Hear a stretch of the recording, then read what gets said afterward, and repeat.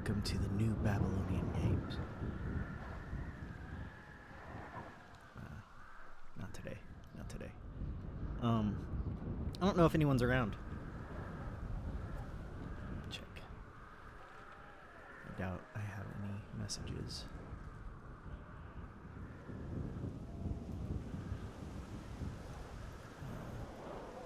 I'm gonna check. I don't. He told Eliza last night that he would do some chores probably today.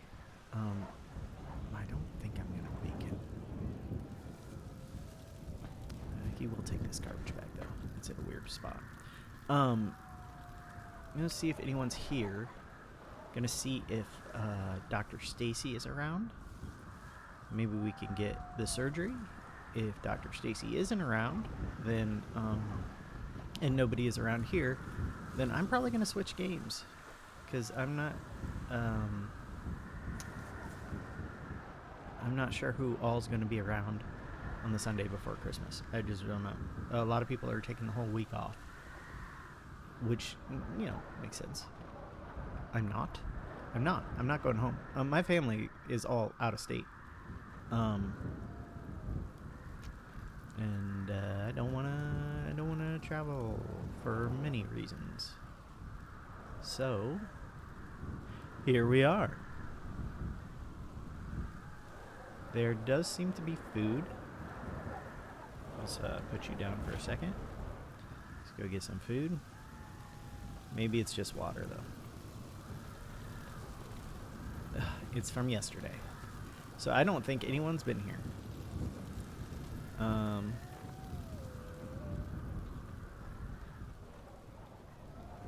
I don't think anyone's been in New Babylon today.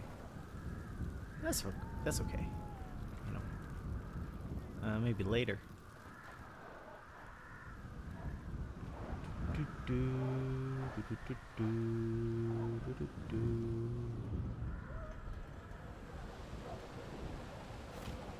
Let's see. Oh shit. I think I deleted her contact at some point.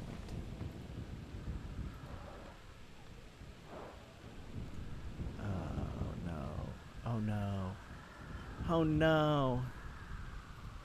Maybe it's in my texts. I don't know if they go back that far.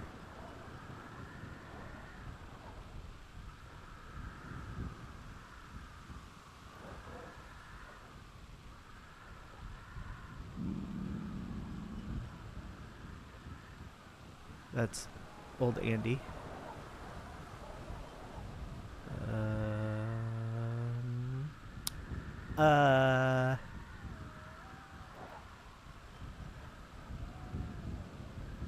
That's sneaky.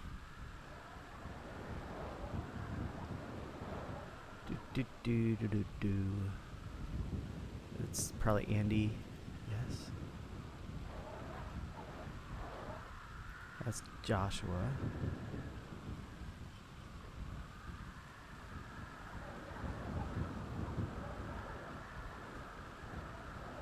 That's Ember.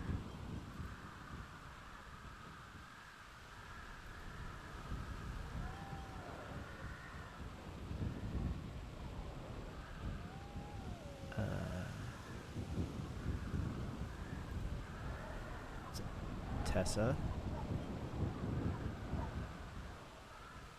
Call me Squirt. Do do do do do.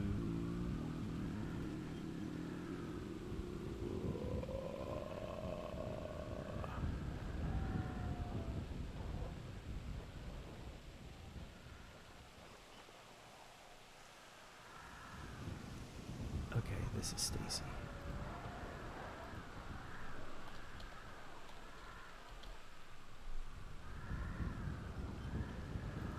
Accidentally picked something up. Okay, let's put whatever I picked up back. I don't want it.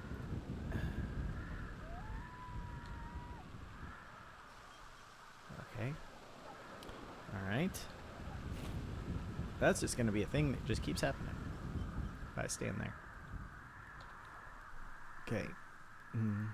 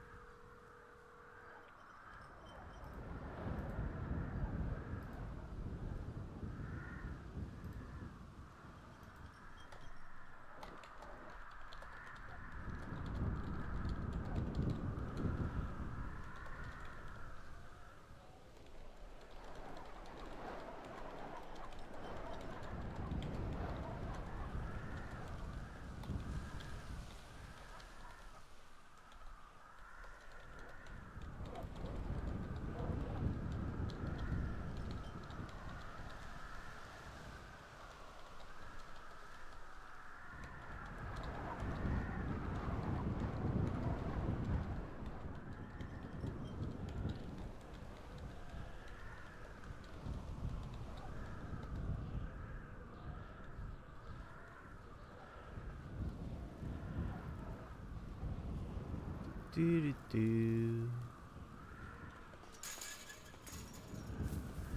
could just use the microphone. But this is a little more fun, just roaming around looking for things.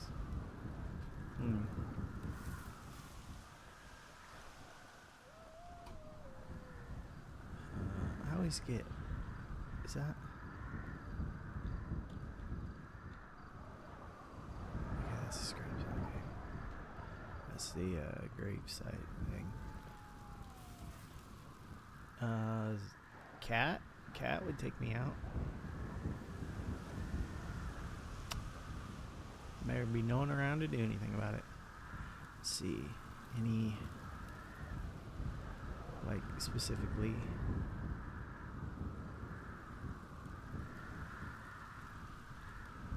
Babylonian shit going on here.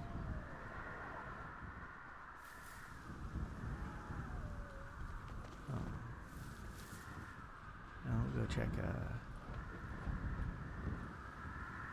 check the library.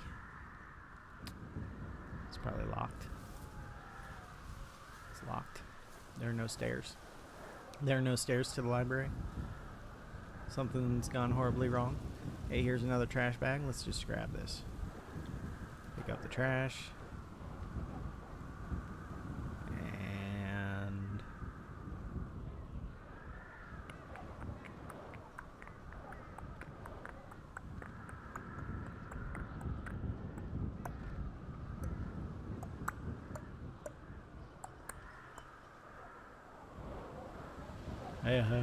What's funny is, because the, make sure I didn't pick anything up.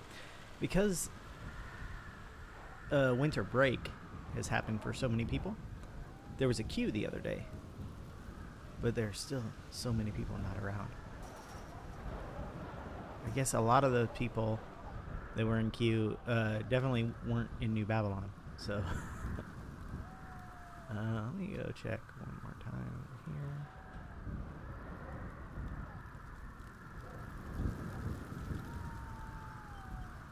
Oh, hey!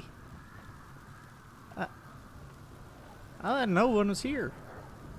Hi, good morning. Morning.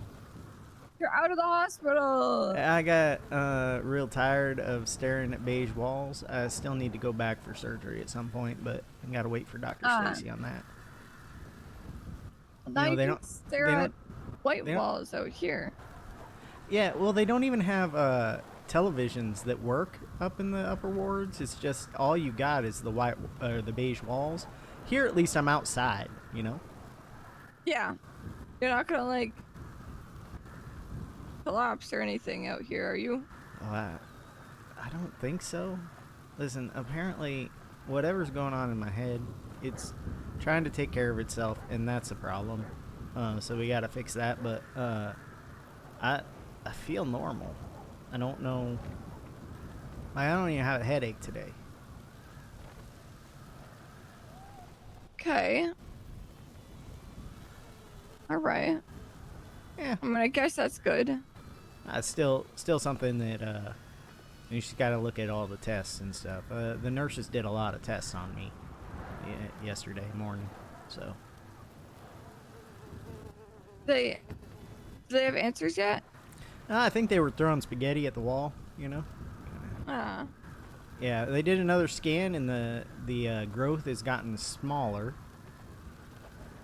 but the brain, like my brain was functioning, like everything was firing instead of just the one spot. So I don't, CJ, I don't get. I'm not a neurologist, and I think even if I were, this would be weird. So, yeah. Yeah, that's understandable. I'm sure they'll figure it out. Wait, they like know what they're doing with this surgery, right? They're not like guesstimating.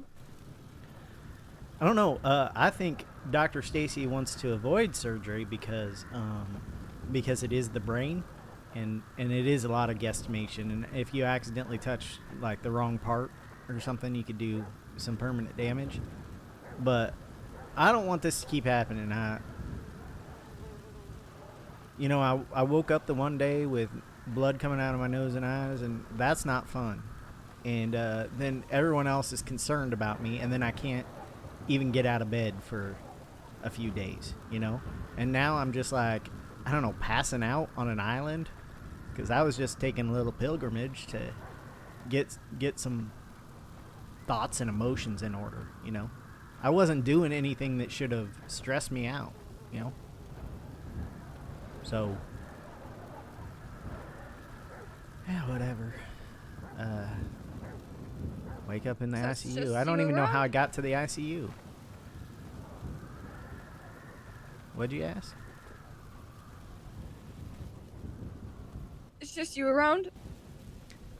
Yeah, truthfully, I was about to go back to bed because I called Dr. Stacy and she didn't answer, and I was looking through all of New Babylon and I didn't see anyone.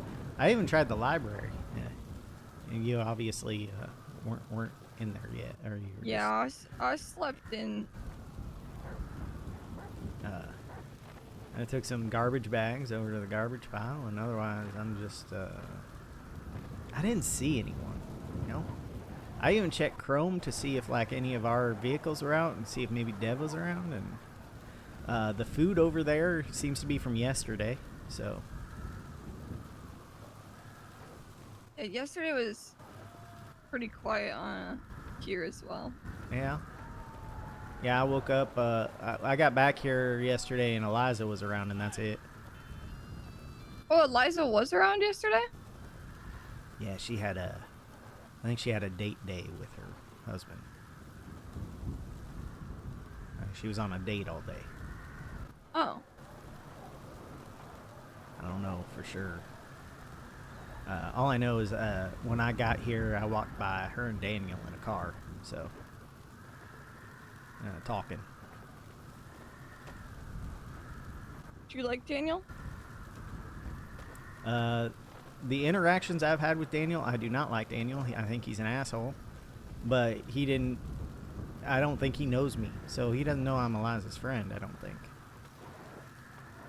Well, I've never met him in relation to her. It's always been like once he was at prison and I was trying to talk to Ian, my former brother in the Smileys, and he and Edgar were being real loud and being disrespectful to the Department of Corrections, and I couldn't hear what Ian was trying to tell me about his case, and so I got a little snotty, and they talked about how they were going after my boy, so I just got snotty to them. And then I think one other time I met him, and he was also being an asshole then. Not to me specifically that time, but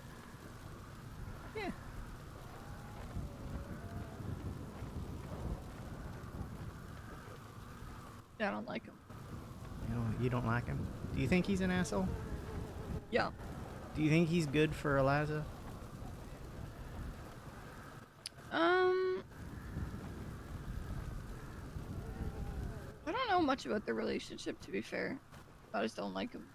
Yeah, I just kind of accept their relationship. She knows what's good for her. The other thing that I remember why else I thought he was an asshole.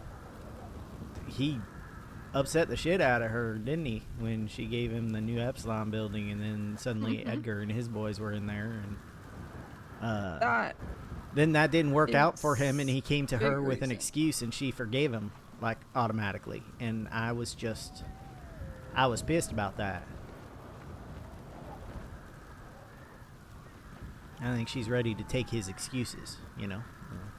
But love will do that to you. I'm not gonna. I told her what I felt about it then and let it go, because let it go so much that I forgot what the second instance of him being an asshole was.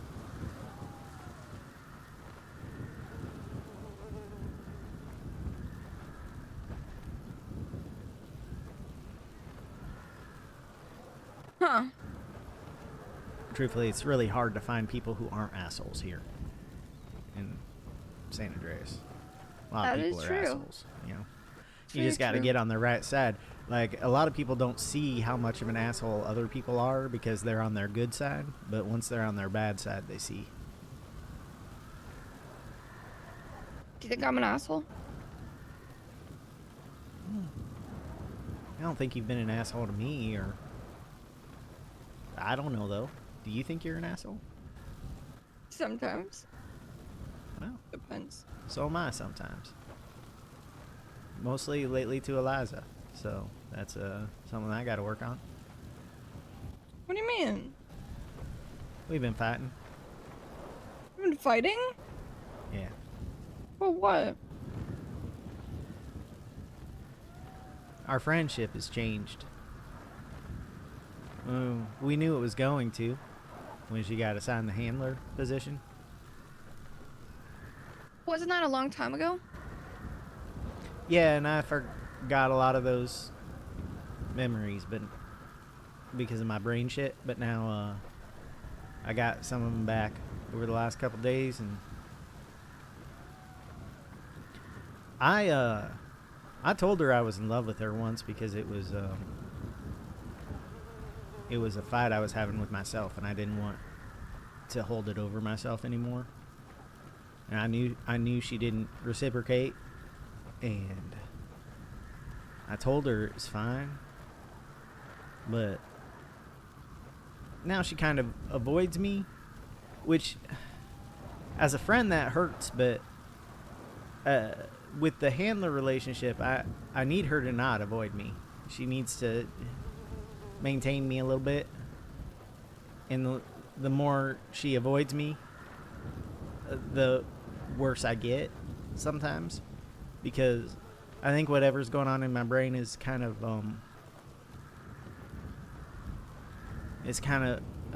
connected to that a little bit. Not that I think that she gave me this growth or anything. That's not what happened, but Yeah.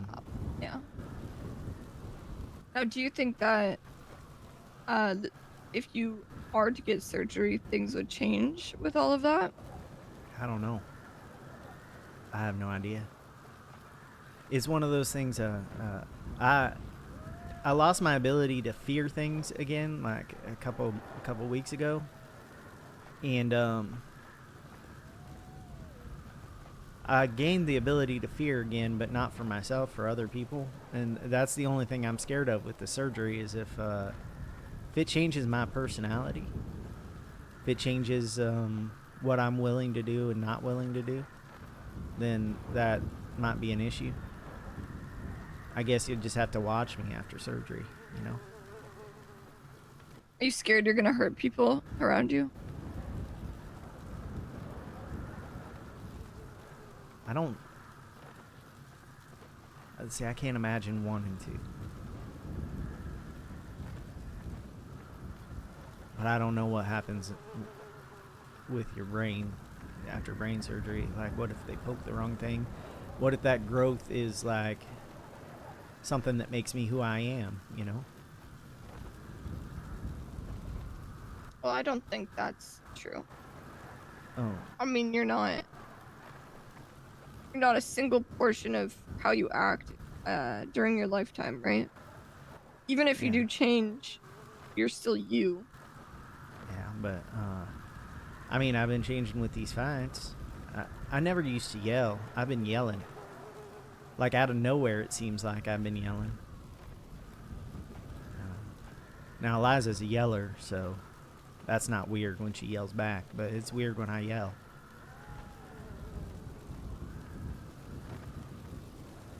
Well, I think that's. But obviously, there's a line to it, but I don't think yelling makes you any less of a person. I shoved her the other day when she was trying to That help. might. I got hit by the car that Jesus was driving, and she came to help, and I shoved her away. And that hurt me more than getting hit by the car. And then I passed out.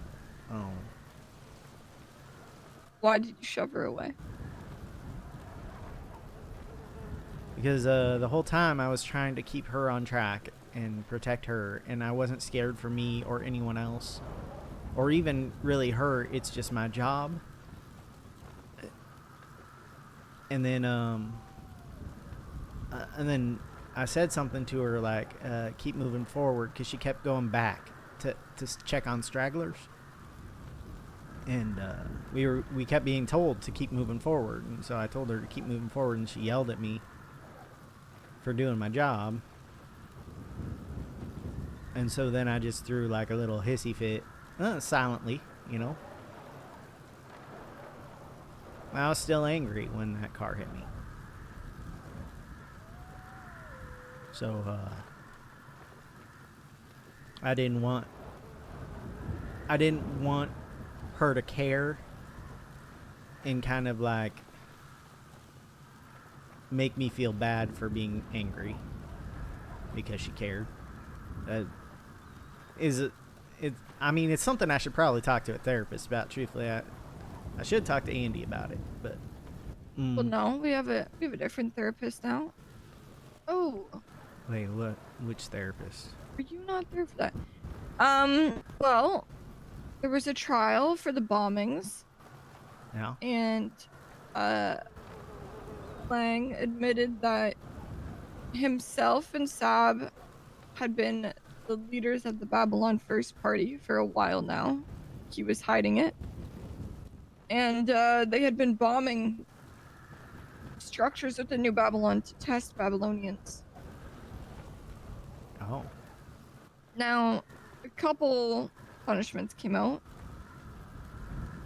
And one of those was the Babylon First Party ended.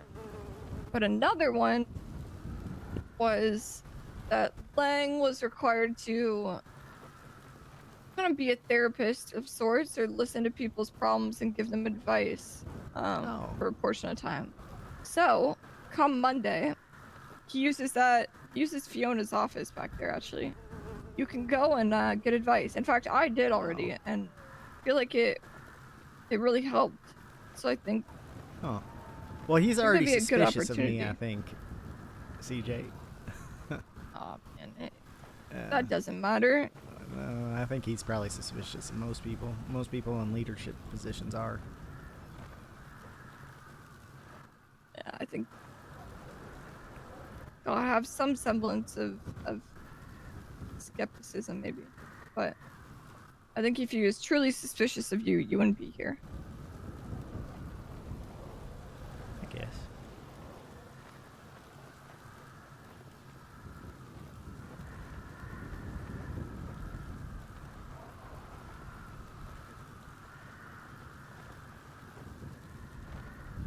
Do you have any questions about Questions. my situation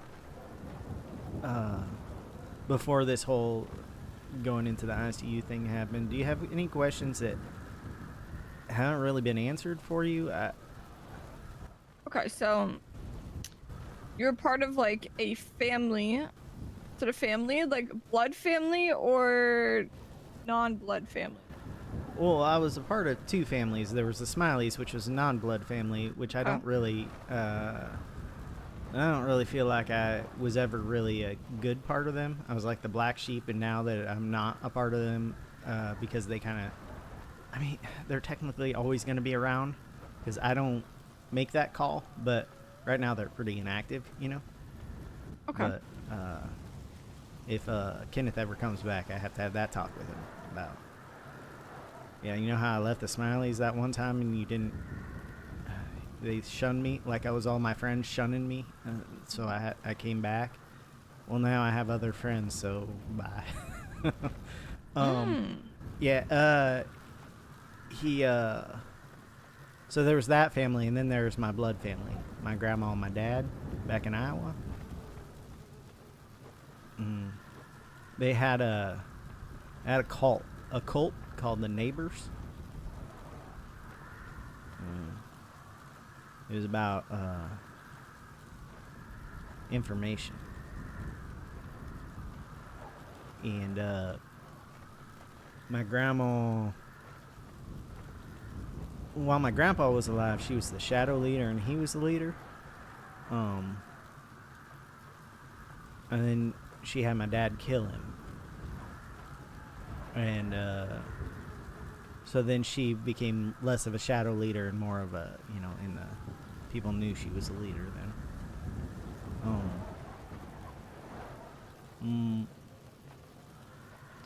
When I came on the scene, she waited until I was still very young when she started with me, but it was because her hands were getting arthritic, and it was starting to hurt her to torture people for information. And my dad was an assassin; he wasn't a torturer, so she trained me. And every time she activated me, she took that memory away from me. And I had a memory flood earlier this year because of Kenneth, and I remembered all of it. You know, Now, what kind of information were people being tortured for? anything she could use against him, anything that would help her get a little more of the power. A lot of cults are all about, you know, just making the leader of the cult rich in some way, or revered, or seen as a god. She wanted people to fear her. She didn't need money. I found this out recently. You know the Von Krastenberg Hotel? Yeah. That's her family. She left them, but she still had that money. I didn't know that when we had a particularly bad harvest, and it didn't seem to affect us when she was alive, but then when she died and I was taking over the farm, the harvest years, definitely we were suffering during the bad ones, you know. I couldn't understand how we weren't with her and we were with me, and my only thought at the time was like, well, maybe it was because of the cult, you know. Maybe she actually did have some sort of power from the gods, you know. But no, she just had money squirreled away. That's it.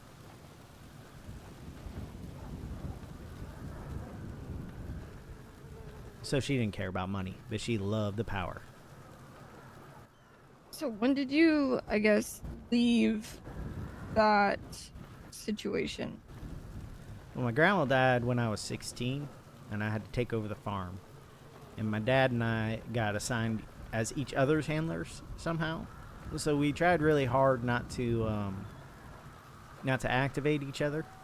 There's a lot of pass assault. That's not a directive, you know, that kind of thing. So wait, the activation, is that from the Smileys or from the neighbors? What's the neighbors? Oh, okay. Yeah. So the Smileys, they're known as a serial killing cult, and they do a lot of brainwashing and shit like that. But Kenneth never never brainwashed me. He never made me do anything that was against my nature, because I am the pacifist, you know. I think he gave me a couple orders. One was to go see if Ember had a warrant, and the other was to get whoever was awake together on the beach so we could have a little meeting. Those are the only two things I can think of that he told me to do, like right now. Do these right now. Otherwise, it was just like, here's a little personality adjustment, I guess. Don't do this thing. Don't do that thing. Now, I don't mean this in an offensive way, but as a pacifist, how did you end up in a serial killer cult? I got to town, and I didn't have a handler, and I wasn't sleeping, and I saw someone running from the cops, and I assigned, like, my subconscious assigned them the handler position. And unfortunately, with the handler position, I get a little. I have OCD too, and I don't know if that feeds into it or not, but I get a little obsessive about my handler. And so I started a pen pal, like, friendship with the person that got assigned, and then, but I didn't realize she was assigned. It all kind of blew up, but at some point she had assigned people to watch me because she was scared I was going to do something, even though I was pretty harmless. And Kenneth was assigned by one of those people who was assigned. So he started calling me. We started having conversations, and it quickly became apparent that he knew what it was like to be brainwashed, which was something I was unable to talk about at the time. It was against my directives. And so I used loopholes to communicate with him what was up with me, mostly by talking around the subject. And because he had experience with it, he was able to guess it. And he also kind of acted as my therapist for a while. And I started really thinking of him like a father figure. And so it was just natural. But I think initially he had his sights set on me because he thought I was a. Well, I think he probably thought I was a serial killer. Like, he had his sights set on me because he was told, this is a person that we need to watch out for. Please take a look at him. He talked to me on the phone, and he got interested. And the way I fit in his family was I would stand behind him in meetings, and I would listen to what was being said. And when questions were asked and he didn't quite catch what the answer might be, I would answer. And I would put all the information that I gathered from all those meetings up in my head, and I would organize it, and I would come up with conclusions that were generally pretty. I think they were pretty good because the Smileys and the Ravens had an alliance of sorts. Basically, Misha really wanted the Smileys to start up again. And so, because he wanted to sow chaos in the city, kind of distract the cops a little bit probably from the Faceless, you know? And that's what the fire starters were about too, you know? Like, just a little chaos in the city, taking the city down. The Smileys were a good way to do that. So he kept on encouraging Kenneth to restart the Smileys over and over and over again. And Kenneth finally did. And I guess I was the first person there, but also Lucian Lullaby helped out along by convincing Ursula that she didn't need Kenneth anymore, and then she stabbed Kenneth after taking his notes on brainwashing. It was a whole thing.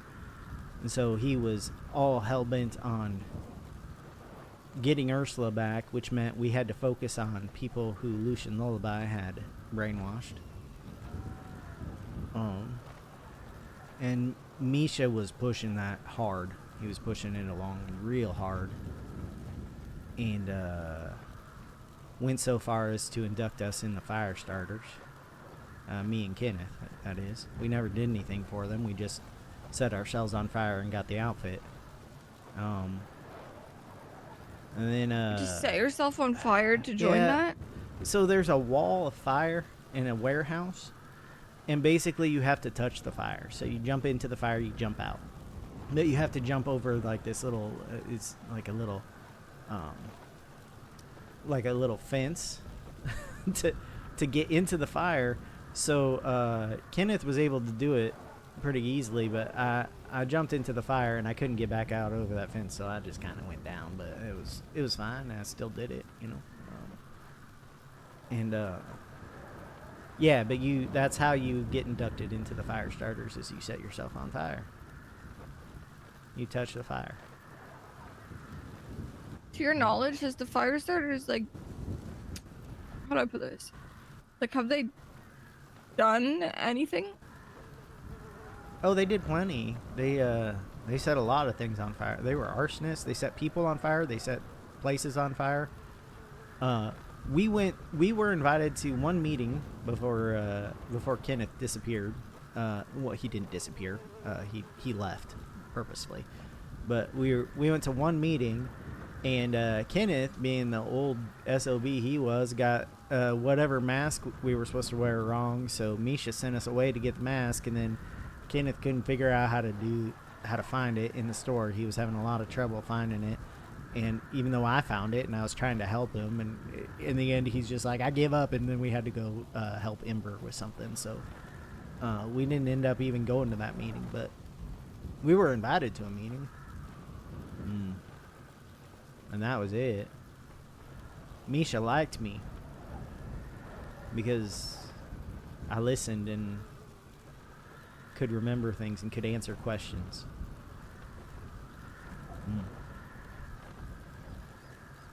But Do you like Misha? No, I don't like Misha at all. You know, my one time being a mule for the Faceless was I had to deliver to Misha. And the mules aren't supposed to talk. And Misha kept trying to get me to talk. And he bloviates. Like, he's just talking all about being so scared of death you can't sleep and stuff like that. He didn't know who he was talking to. Even if he knew who he was talking to, he doesn't know my issues with sleep and death. So he just kept doing that, and he kept trying to get me to talk, and he like even tried to get me to nod, and all I could think was like, the only reason I'm doing this is because Charlie decided, what do you call him, Ralph? Ralph decided that he was going to make me do something as repayment because he didn't have them kill me when I stumbled into a meeting they had, which I think had to do with New Babylon, truthfully. It was before I was New Babylonian. But their prisoner, Makes you think that. Their prisoner had the vestments on. The person they brought in for that meeting had vestments on. Do you know who it was? Didn't at the time. I think it might have been Speedy.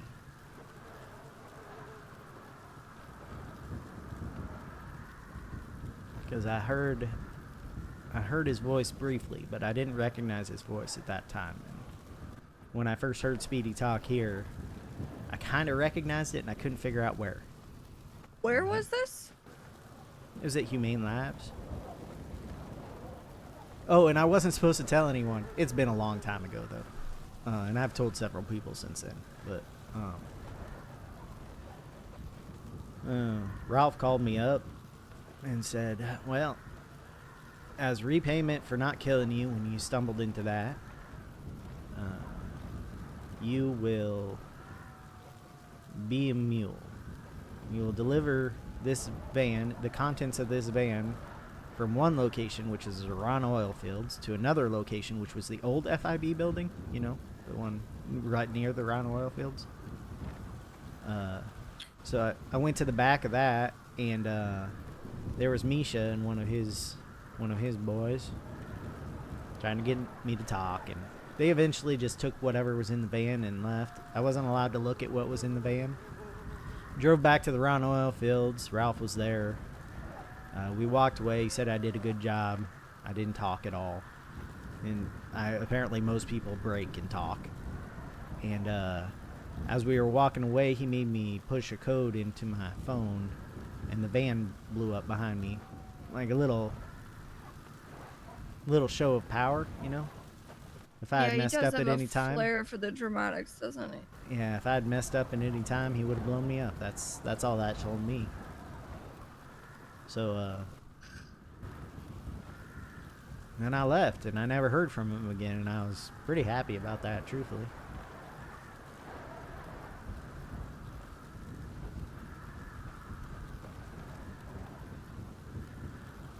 I'm real good at following orders and listening. And bloviating myself. Misha's not the only one who talks. I've been talking so much right now, you know? Yeah, that's true. Now, do you think there's ever a time where you could just not follow orders and be yourself and like not? I worked on that. I've been breaking that. I think that's probably what's affecting my head, my brain. I've been working on breaking my brainwashing for the past year. Well, past 8 months, say. And it's caused a lot of problems, and it's also helped a lot. I got rid of that first handler, and I lost my sense of pain. And at some point, I had assigned Kenneth my handler, and I had assigned Eliza my handler, but I didn't know that because I need the sense of pain to tell me to tell me who's my handler. Because if I disobey someone who's my handler, it hurts. I didn't feel the pain. So eventually, I went to Dr. Stacy, and she helped me out, and my pain came back, and that's how I realized I suddenly had 2 handlers instead of just the one. Now, I've been working on it with Eliza. I can say no to her. I'm unlikely to. I've made her test it. She's used the code word she picked out, because the camera. Okay, so if Kenneth comes up to me and he tells me to do something, he doesn't need a code word because he's never set one up. Camembert isn't like an activation code or anything. It's just her making it clear to me that what she says next is an order, because she doesn't want me to think that any order she gives is something that I have to do. That's very. Eliza wants people to have free will. She wants them to be able to. Well, that's complicated because she does and she doesn't want them to have. She really wants them to make the right choice, is what she wants, you know? But, now I can say no. When she says Camembert to me and she gives me an order, I can say no. I've broken that. Did you do that for Kenneth as well? Well, if I break one, I feel like I broke the other, but I won't know until he comes back and tries to tell me to do something. But I don't feel like I have that connection with him anymore, if I'm telling you the truth. One of the things is whenever anything changes in my head, like how I treat the handler relationship, I have to I end up emailing the handler with an encrypted email, and it just says like what has changed in my program. I call it my programming, because it's like my brain is a fucking computer, you know, someone's programming it. And I send those to Eliza still, although I haven't lately. But I stopped sending those to Kenneth a long time ago. I'm pretty sure I broke that, but I won't know until he comes and tries to tell me to do something. You know.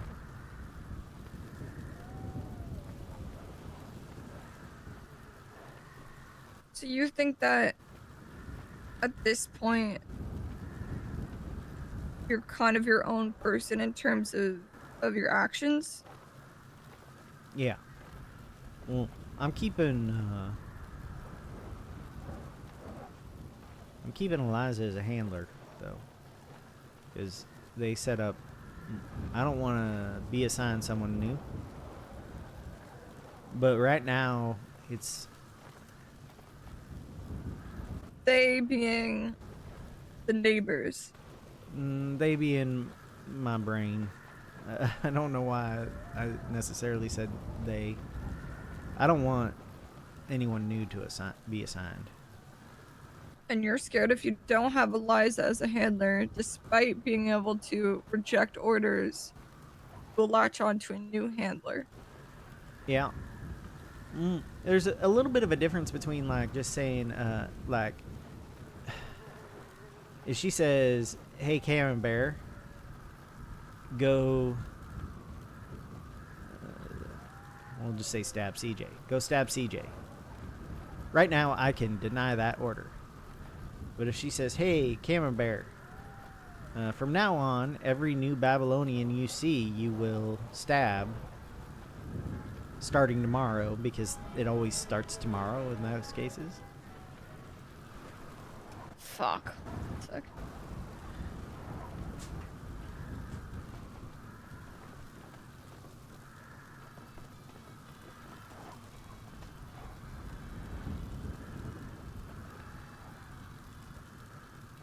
Or are they just saying hi? Guess so.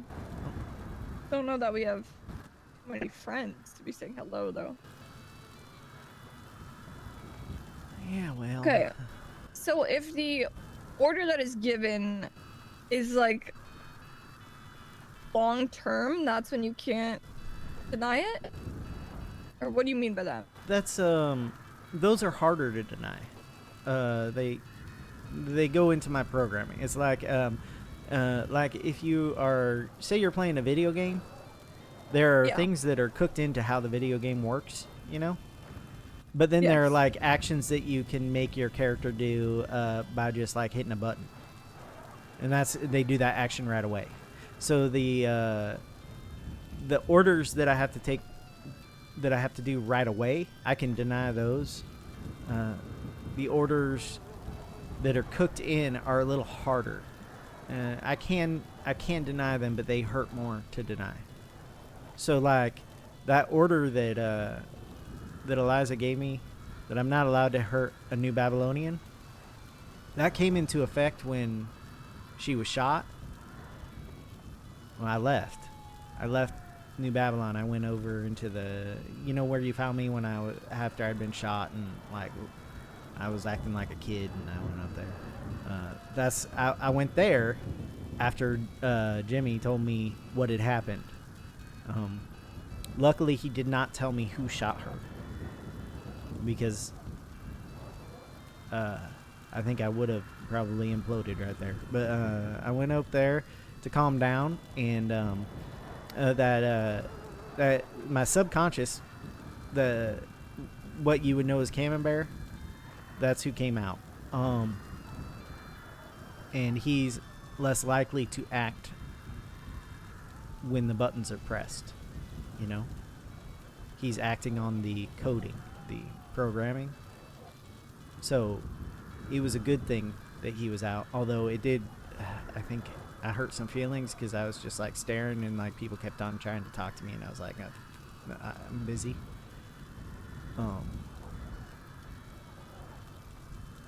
That's because I couldn't. If she hadn't put that, there, and I would have found out right then that Rusty was the one that pulled the trigger. No matter how much I liked Rusty, I would have had to go after Rusty. And I'm not trained to be an active fighter like this. Here is a clear and present danger, and you must take out the clear and present danger. I am not a warrior. I'm not a soldier. I am a torturer. I am the person in the room where the people are, you know, strapped to a fucking chair or to a wall or something, and I take them out methodically and get information out of them. That's my job. It's not a job I like doing. So, luckily, Eliza's my handler, and she would never make me do that. But I did do it for Kenneth a couple times. How many people have you tortured? In my life, or since I was here? In your life? Wait. Have you tortured people since you were here? Not in New Babylon, I mean San Andreas. But yes. Oh, okay. In your life. In my life?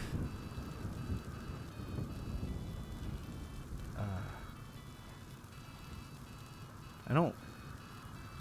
Some of those memories are still pretty foggy since a couple weeks ago, but I believe last time I counted it was 107 maybe? Mostly before the age of 16. And when you tortured people, from what you can remember,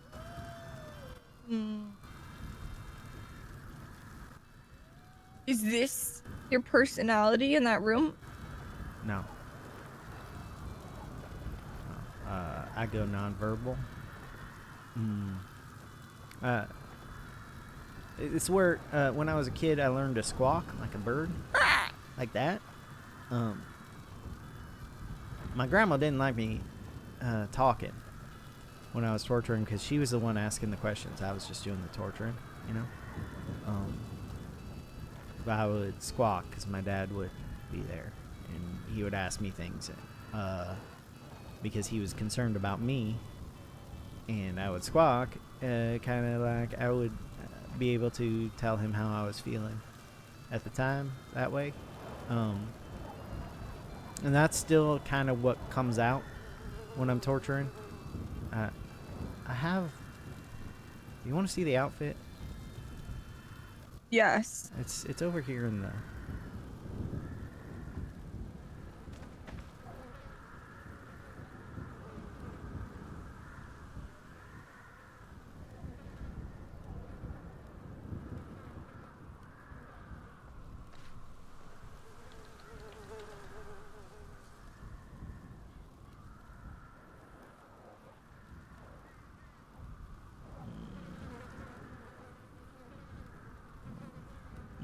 Damn it, I can't find my...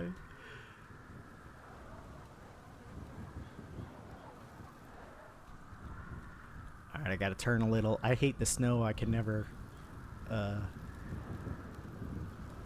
see correctly.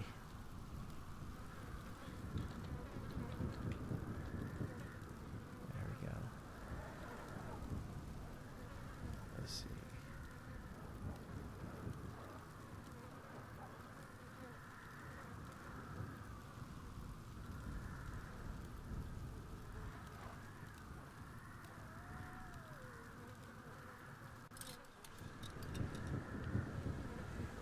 Okay, I didn't keep the exact torture one, but if I'm ever in this mask, and like that, that's but when I tortured, it was always like bloody jeans and a black apron and gloves. That was about it.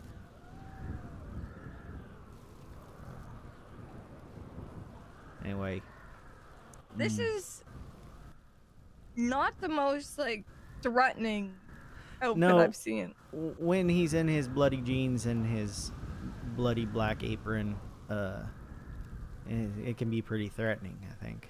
But I don't have that one. I got rid of a lot of my clothes when I decided to come to New Babylon. And also when I tried to leave the Smileys the first time, I got rid of that one, I think, with the apron. So now when I was standing behind Kenneth at meetings,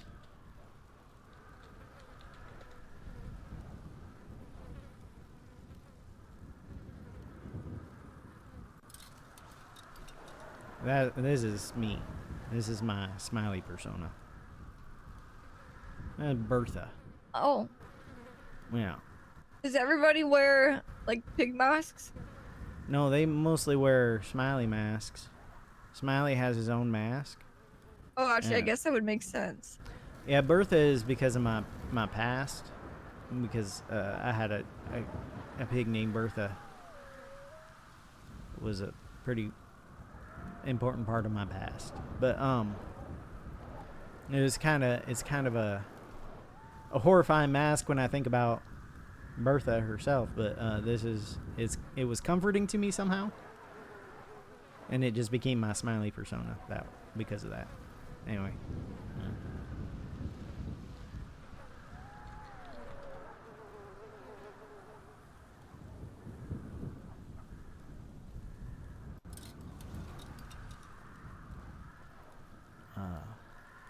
So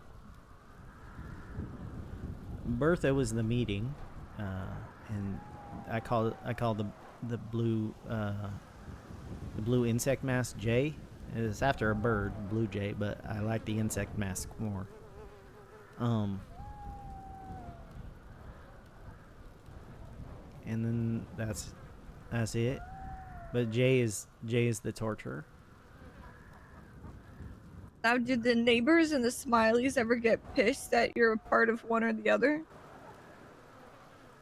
Well, the neighbors are kind of. I mean, there's still the cultists around that help me out every once in a while if I call on them, like our ayahuasca supplier.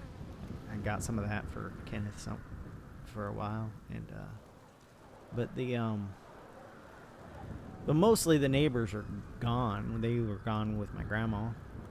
I got when I went back to Iowa recently. I got the book that they had. I got like an old copy. My cousin Greg sent it here, and I read it for the first time because my grandma never let me read it. Because I was not a cult member. I was part of the family. You know. I read a lot. I don't know. She just didn't want me to believe the shit that she was trying to get everyone else to believe, or what. But I finally read it. It's very it's very similar to Epsilonism, except it's like the field and less about money. It's just information, you know, like you get the information, but you don't ask for information from the people at the top. You ask for everyone else, and eventually you'll be at the top. That kind of thing. So I read it. I had Eliza read it. Andy read it, and then Andy, Dev, and I went out into the ocean and threw it into the ocean. Getting rid of more BV stuff, you know? There's still copies out there, though. I see. What was Andy's take on all of this?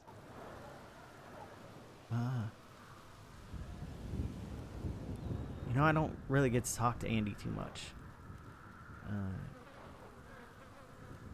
I think she was. I think she approved of how I handled it after I read it, because I didn't. It wasn't something that I just wanted to hold on to, you know? Something I wanted to know that I didn't already know about my past. So I found out what it was, and then I tossed it. You know, it was one of those little nagging things, you know, like when you're told as a kid that you're not allowed to watch a certain movie or whatever, and then that's all you want to do. Well, I had avoided reading that for 28 years. I finally read it because I was finally able to, like, fix that programming, because that was a long-term programming thing.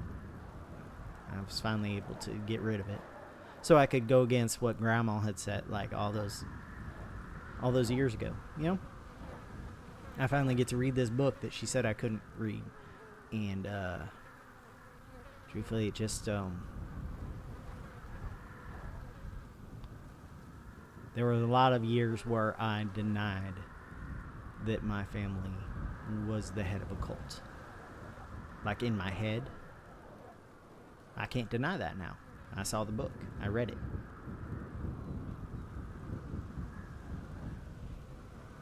Now, present day, I guess your grandma's gone. You know, most of Mm-hmm. the Smileys aren't around. A Yep. lot of this programming is from the past, and Yep. you're beginning to be able to break orders and whatnot. But your fear is that your subconscious or your brain, which would be, you know, would come from the years of brainwashing that you had, will keep you trapped in the cycle of like having a handler. Do you think that, I guess you think there's a possibility of some sort of therapy or psychiatry being able to help with that? Like, do you think that there's a world where you could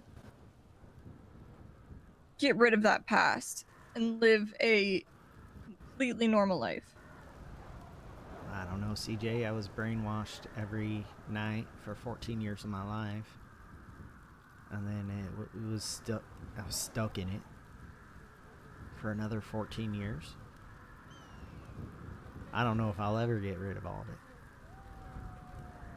but I got rid of a lot, and I was real confused when actually Eliza and Kenneth stood right out on the fishing dock right out here before I joined New Babylon, and I wasn't allowed to listen to them after a little bit. They had to talk about it. Kind of felt like a custody battle a little bit, except they were nice to each other.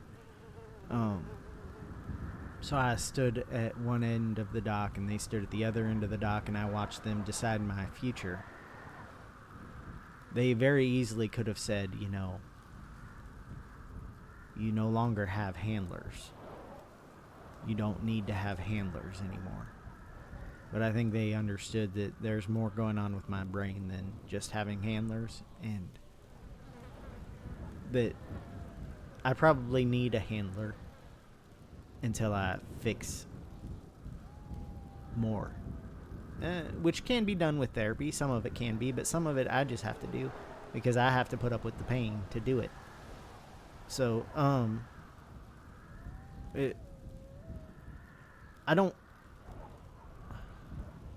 I think the best case scenario would have been that a therapist was assigned as my handler, but that didn't happen. And what Kenneth and Eliza did was they made it so nobody else can be assigned as my handler so long as they're both alive. And then only one person can be assigned as a handler. Because the issue was I had two handlers, so what if one handler gives a directive that conflicts with the other handler's directive, you know? They had to figure that out, because that'll break, like I'll be in a constant cycle of pain. So they figured it out, but they didn't release the handler. But I can't hurt my handlers, so it's not something that they have to fear, as far as like, well, when I die he can get a new handler, so what if he doesn't like me as handler, he can just kill me and get a new handler, you know, like that's not.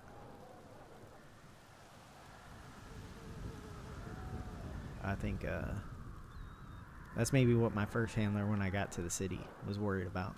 But I broke that handler connection, and it got rid of my pain. I was having motor function issues. Drugs, which already have bad effects on me, just didn't have any effect on me at all. So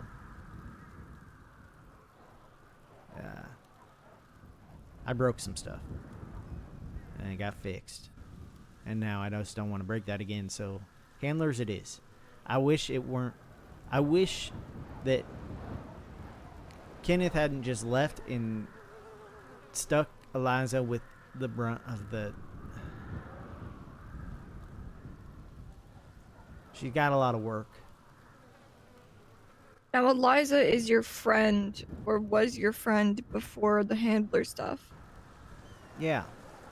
And you think that now, with her being your handler, it has changed that relationship? it definitely has changed the relationship. in a negative way. Have you ever had a friend treat you like you're a child that they have to babysit?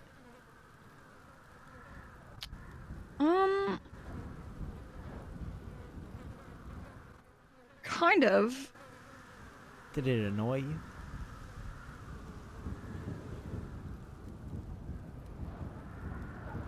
Depends on the day. Yeah. Same. There's this tone she takes, like she's a kindergarten teacher. She does it to other people too, but when she does it to me, it really bugs me. And she also has an HR voice. It really bugs me.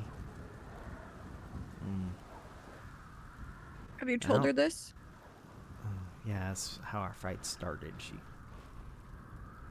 The first time I remember yelling at her, it was because she was putting on a tone with me.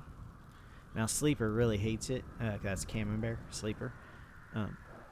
He really hates it. So when he's out and she does it, he'll call her out on it right away. But it wasn't really bothering me until one day it really did, and I just blew up at her. Because I know how Eliza is when she's just talking like a person to another person. You know, she's just being a friend to someone. When she's not putting on her role.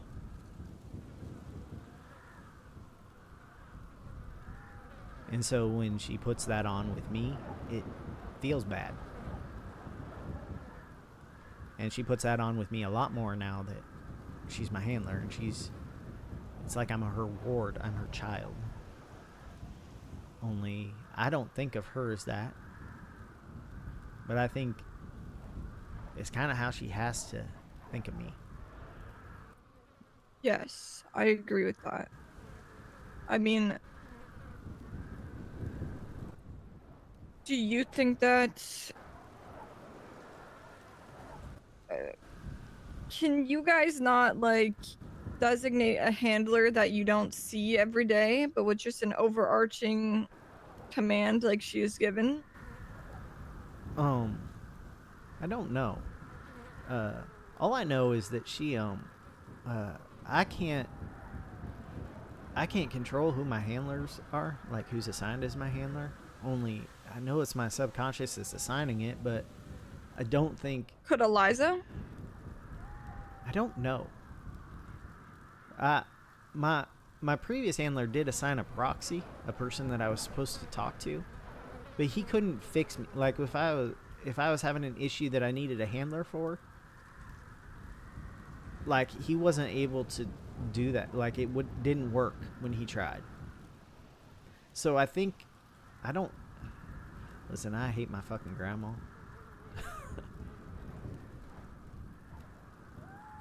It's all messed up. I don't even know all my directives. You know, there's 14 years of it. And on top of that, I already had brain issues. The first time I was hospitalized, I was 6 years old and I had a brain clot. And I don't know if that was caused by my grandma doing all this shit or if it's just something that I have. Like, it's my problem, you know? Like a blood clot in my brain. Whatever. I think I said brain clot. That's weird. Are you still in love with Eliza? The love went away about 2 weeks ago. Sleeper did something. And that's when a lot of the memories went away, too. But I woke up yesterday remembering more. And I talked to her and I felt it. So, yeah, probably. But truthfully, I've never really been interested in romance and shit. So I'm fine with the fact that she doesn't feel that way about me. We're friends. That's what I value. But it's kind of changing now. The friendship because of the handler shit. And probably also because I was stupid and told her about the love.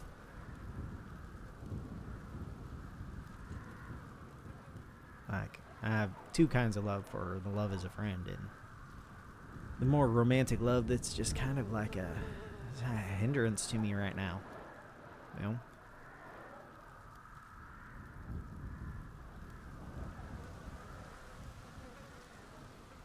Do you think you'd be able to distance yourself from her until maybe those feelings are a bit muted? Not if she's my handler. I I've mean, tried. is that necessary though? I've tried to distance myself Okay, what if from her. she commanded you to give her space? I'd give her space and I'd break down, and But are you breaking down because what? because of the handler thing. I mean, I might be sad. The love thing might make Wouldn't you me just be sad. The following friendship an would make order? me sad. I would be, but it's also it conflicts with other orders I have already. Mm. So the order to go to my handler to be fixed, that is an order that my grandma put in there that I have not been able to break very easily, because I was rebellious and I would break directives. I would hurt myself intentionally to break a directive. And so she put that in there as a failsafe. So every night around dinner, I would tell her everything I did wrong that was against the directive, so she would fix me. It's a directive to go back to my handler to be fixed, for my directives to be fixed. And so if Eliza told me, hey, I don't want to see you for 2 weeks. I don't want to see you within 10 feet of me for 2 weeks, because we live in the same place, so we're going to see each other. And you're not allowed to call me or talk to me unless somebody else tells you they need me for something. Then you can come get me or whatever, that kind of thing. I wouldn't be able to go to her every time I break myself by breaking a directive, because some of those directives that I break often are my way to. I'm trying to break it all, CJ. I'm trying to get rid of it all, and sometimes that fucks me up, and she's at a loss as to how to help me when I come to her when I'm broken. But all she needs to do is to listen to me say what I've broken. That's all she has to do. She has to listen and maybe, I don't know, say something about it, but she doesn't Every have day. time. Not necessarily every day. But it was every day with my grandma at dinner, and it was every day with Kenneth. And I think that she needs to find some sort of way to not be your handler. yeah. Whether that's fully just release you from it, and I think even that and the possibility of what you could do would be a better option than what you guys are dealing with right now, Yeah, realistically. I don't know what's going to happen. I don't know if she, listen, I think she's scared that if she releases me as my handler, for one thing, Kenneth's still alive, and I don't know if he's my handler anymore or not. But he probably is, because of that programming that they put in me. So if she releases me, then it's just him, the brainwashing serial killer. And if somehow he isn't my handler and she releases me, and the right bits of programming aren't broken, then someone else gets assigned my handler. This is gonna sound insensitive, but I'm You gonna can be be quite blunt. insensitive. I think that's a problem that needs to be faced, rather than putting Eliza through what she's dealing with this. Yeah, she talked about it. No, actually, not at all. This is kind of the first I'm hearing about this in detail. But I tried to get her several times to talk to other people, to share the burden. And she won't do it. She won't do it with anything, really. She But she doesn't. shouldn't have to, though. She shouldn't have a burden. No, I understand that she should not have a burden. And it's one of the things that I apologize to her so much about. She shouldn't have the burden. But she does. And for a long time, I wasn't able to talk about it. This is one of the things that I've broken. The only people I was allowed to talk to about all of this were my handlers. She helped me break that again. Because I broke it once with Kenneth and it came back. And she helped me break it again. And I've told her to talk to Andy about it. Andy and she and I were supposed to sit down and have a talk, and it never happened because Eliza doesn't talk about it. Unless she has to, because I'm throwing a fit with Luciano or something, you know. Or I tell you something, and then you have questions. She doesn't talk about it unless somebody specifically asks about it. And that's, I think that's probably why our friendship has changed.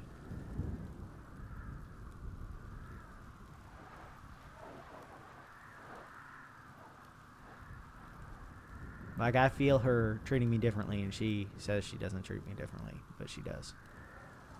And then I feel crazy.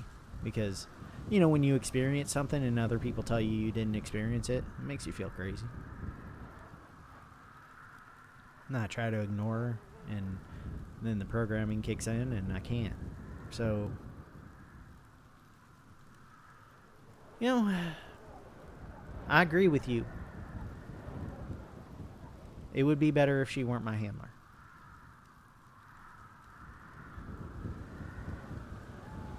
I just What don't do kn- you think, I guess, the most likely scenario of you not having a handler would be?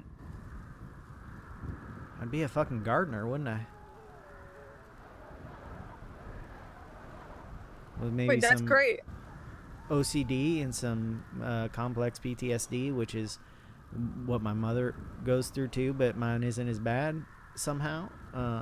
So I would have that. That's an option? You could just be a gardener? That's something you can fucking deal with a regular therapist, but I don't know if it's an option or not, CJ, because I don't know what'll happen if I Have you suddenly guys don't tried? have. You know what happened last time I didn't have a handler? I didn't sleep for months. And when I say didn't sleep for months, I mean like 10 sleeping pills they stop working. For one thing, I get paranoid and shit whenever anything enters my brain that changes how it works. So that's an issue. But they didn't work. I had sleeping pills that did work, and then they stopped working, and I didn't sleep for was it 2.5 months, 2 months. Except I counted the hours I had slept. It was like 10 hours. I should have been fucking dead. Yeah, Kenneth had to chain me down and make sure I slept. So like it does become an issue. When I got here, I was going crazy because I couldn't sleep, and that's how Tessa Lamb got assigned as my handler. And that's why when the clowns come, I get antsy. Because I can't hurt her. Even though she's not my handler anymore. And even though I don't really particularly like her.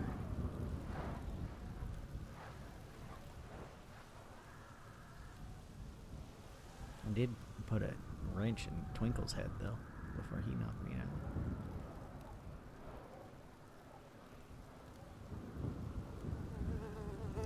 I think you need extensive amounts of therapy, probably some meds.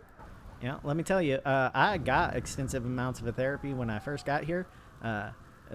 Well, sort of. It took me a long time to find an actual therapist because they just didn't exist really around that time.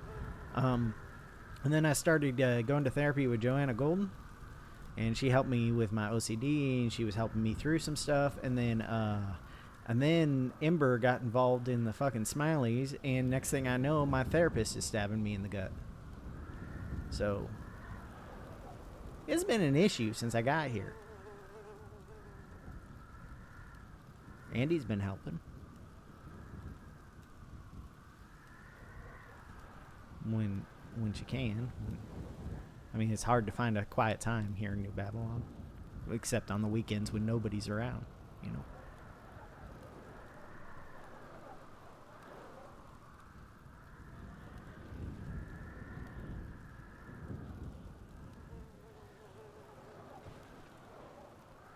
There's a lot. I gave you a lot today, but I hope that you can maybe make Eliza talk about it with you, and maybe, I don't know, try to convince her to change that directive that makes it so we're bonded until she's dead, or I'm dead. Yeah, I think that's a good idea. Just for the both of you, to be honest. I'd much rather our bond just be our friendship, if I'm telling you the truth. I don't like having to run to her because I need a task to distract me from the pain of breaking myself. I shouldn't have to put that on a friend.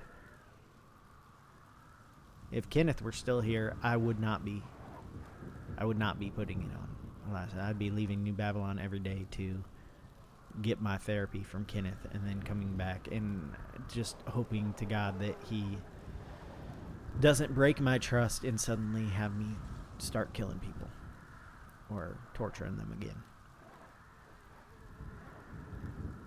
But he's a psychopath, so, you know, can't really fucking trust that.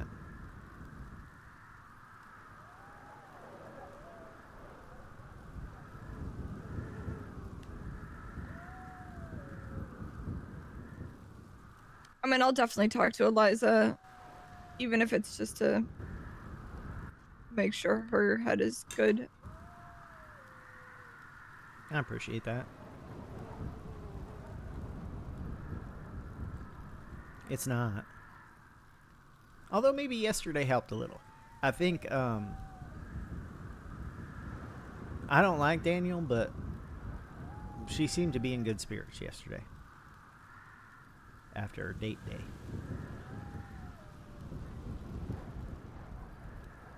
He does put her in good spirits. Unless, you know, he's inviting Edgar to her old building that meant a lot to her.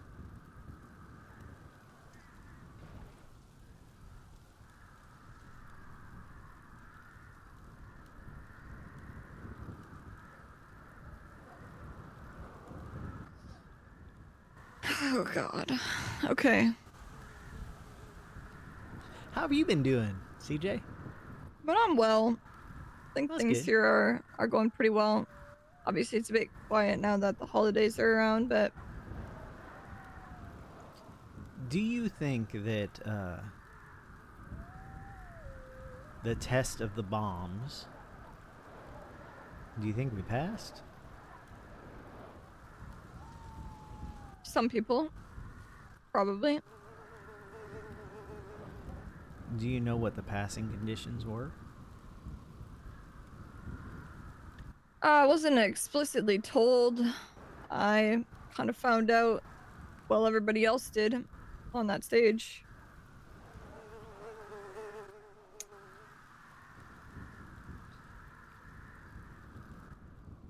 I think it's interesting to see everyone's reaction, to be honest. About it. Truthfully, I don't know how I feel about it. In what way? Well, it does break the codex. That kind of test. The kind of test that puts us in danger. You know? However,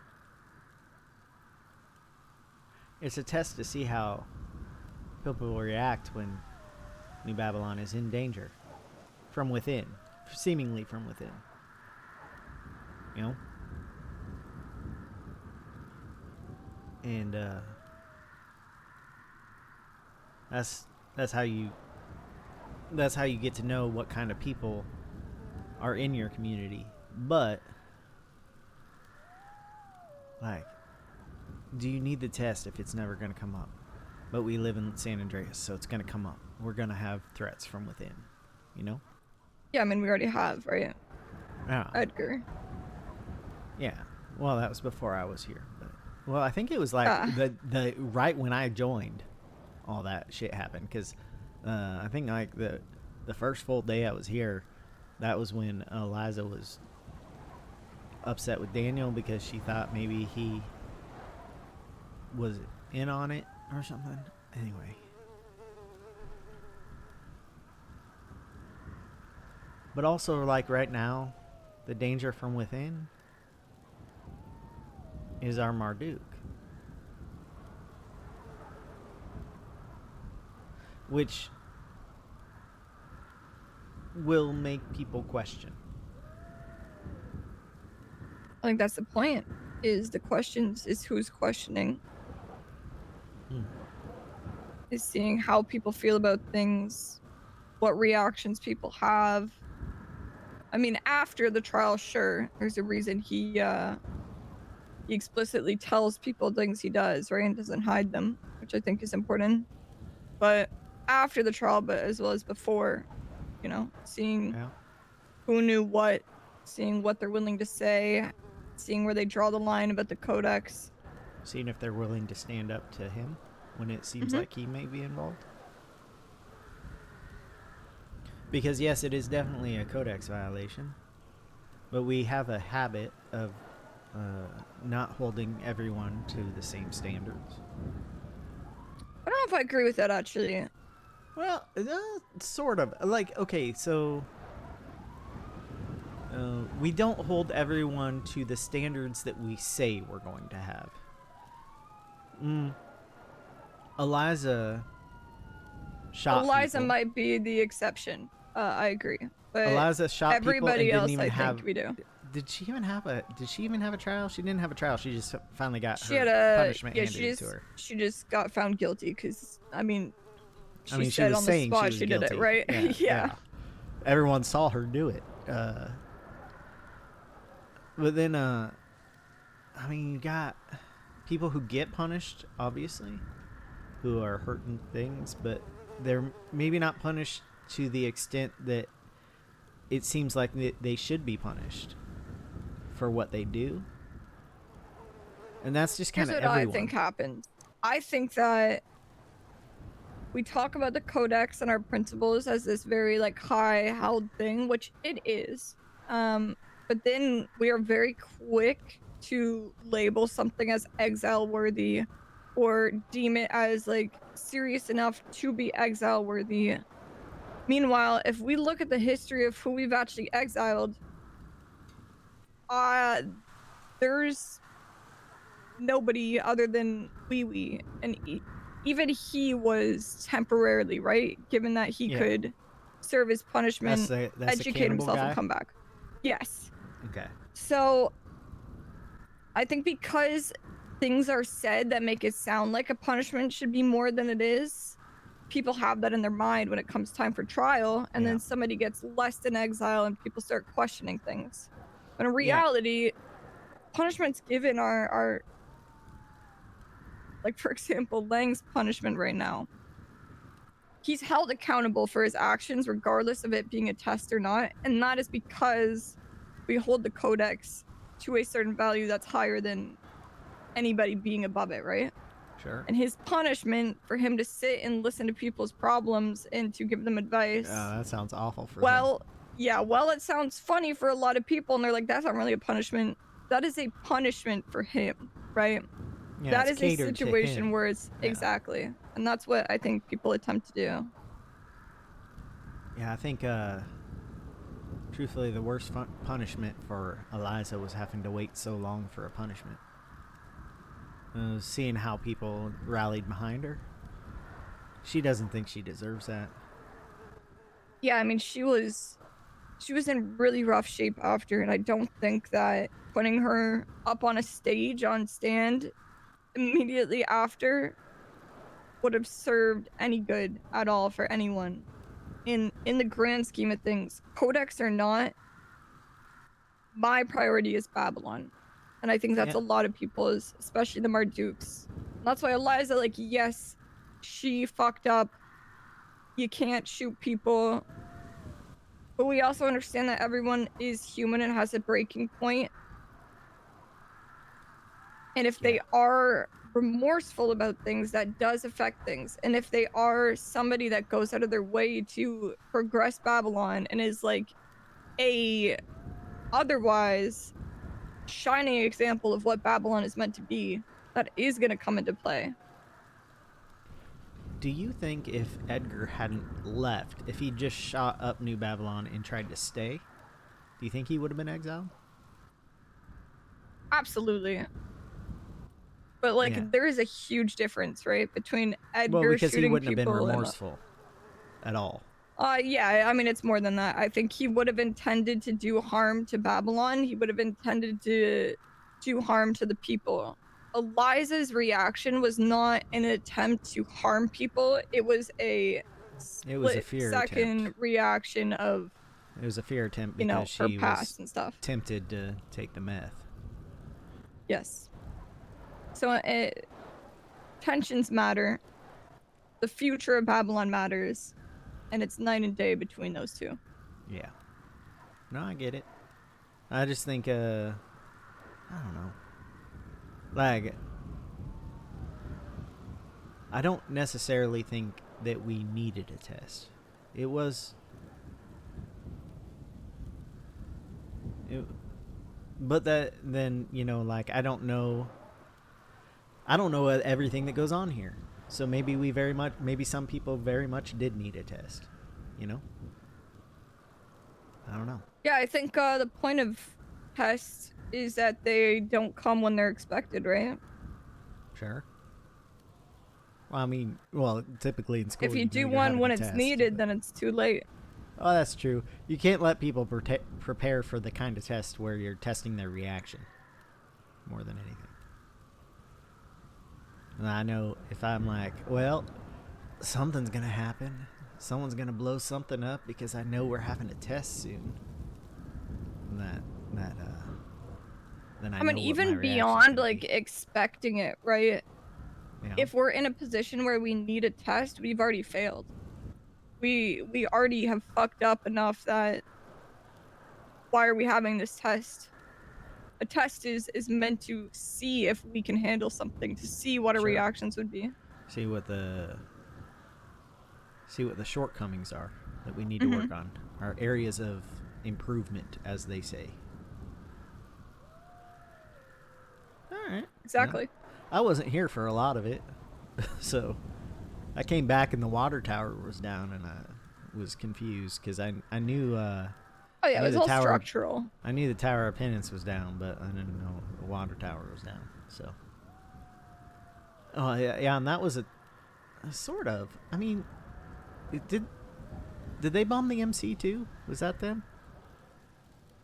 I actually don't know who did what bombing, to be honest. Okay. That might have been Bazin. Okay, because I know Vil was in there. Villager was in the MC sleeping when it was bombed. But other than that, I don't know. I don't know much about any of the bombings.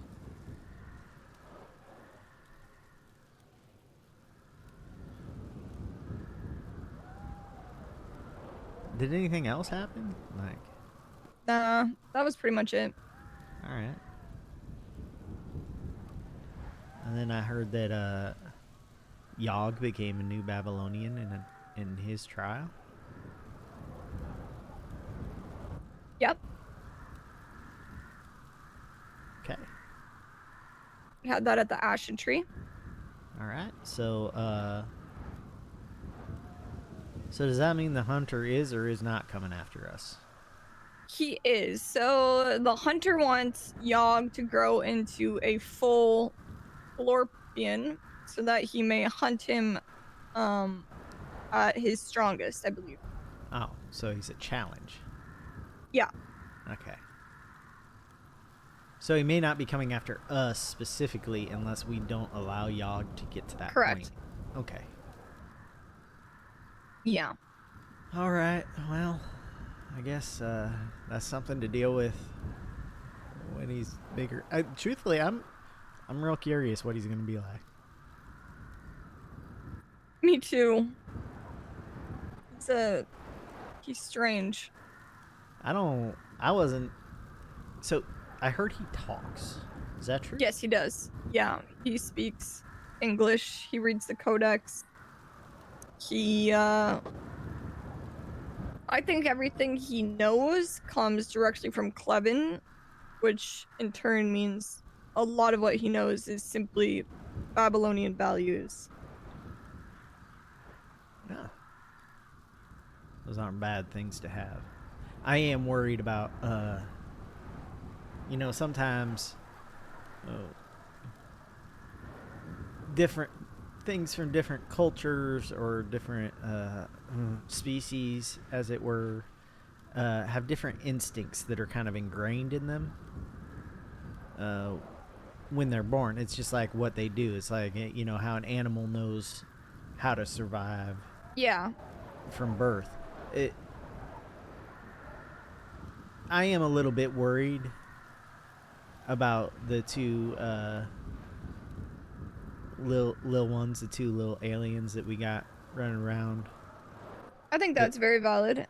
I will say now the trial that was held for this egg, I don't think it was necessarily deeming them a Babylonian or not, and more of a, are they worthy enough for us to, I guess, attempt to protect them and help them grow, Yeah. so on and so forth.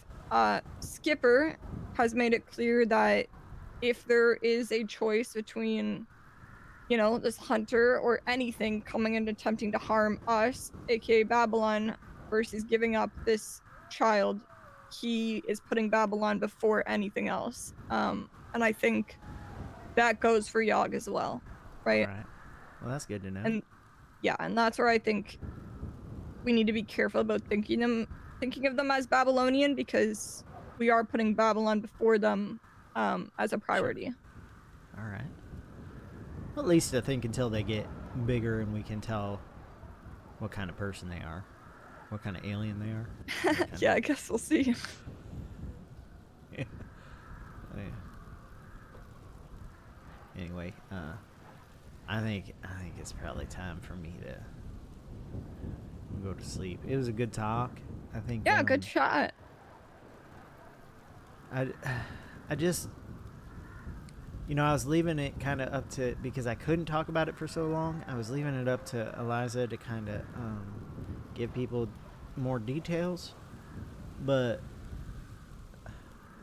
you're in leadership. You should know what is what kind of problems people have who are under you, because if something comes up and suddenly I can't act because it's a fucking directive I have and I'm just there in pain and I pass out on the ground, just fucking leave me on the ground until you deal with the shit. I don't need people to put themselves in danger, especially in New Babylon, because whatever the fuck is happening with my brain and my programming and all the brainwashing that I've had done just kind of takes me out, So just know that. It wasn't that bad on the trail when it took me out because we were already moving, but then we started getting fucking bombed and stuff again. If I had gone out then, like, I know you guys won't leave me behind because I'm New Babylonian, but like, it's not something that needs to be handled right then and there, just pick me up and drag me with you. No, it's definitely information that's like something we need to know, right? So I do appreciate you talking to me about it. And transparently, I do consider Eliza a good friend. So I think her being able to talk about things is a necessity. So yeah, I guess we'll see how a talk with her goes. All right. Well, good luck with that, and I will deal with whatever comes my way as far as that goes. I just want to be able to keep my friendship with her. And right now we've been arguing, but you know, friends do that sometimes. So Yeah, that's true. doesn't affect how I feel about her either way. I'm not talking about that I'm in love with her sense. I'm talking about that as like friend love. You know, Yeah. she's important to me. She's my best friend, really. So Okay. Well, right. you have a good night, and I will talk to you tomorrow if you're around. Yeah, I'll probably be around for a little bit unless I get here and no one's here. No one's here. I mean, I'm sure it'll be a bit busier let's see. tomorrow. Yeah, I still got to talk to Dr. Stacy and see about the surgical Yes, options. very true. All right. Talk to you tomorrow. Talk to you tomorrow. Yeah. I didn't expect to be awake that long. Just I was on my way to go to sleep when we ran into CJ. And I had been meaning to have Tad have a talk with her about all this for a while. It's just never really the right time in New Babylon. There's always something happening. So took advantage of it. Had to tell his fucking story again. He does not want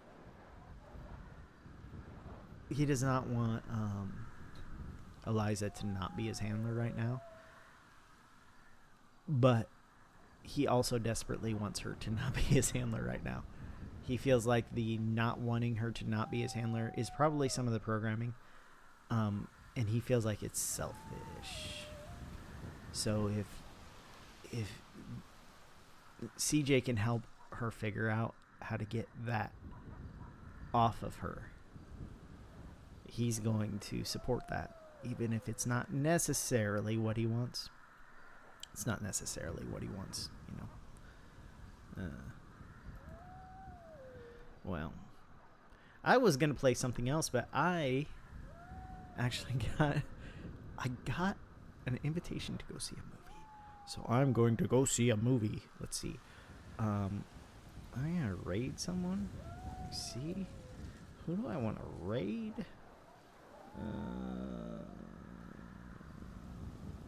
I don't want to raid anyone. I'm not gonna raid anyone. So I'm just gonna end stream. Hey everyone, thanks for watching. Thanks for hanging out. Even if you're lurkers, I enjoy that. I don't do a great job of talking to lurkers in general. I don't do a great job to talking to chat in general, but I do appreciate you being here. And if you ever have any questions, feel free to ask them. Otherwise, you know, just hang out. All right. Bye.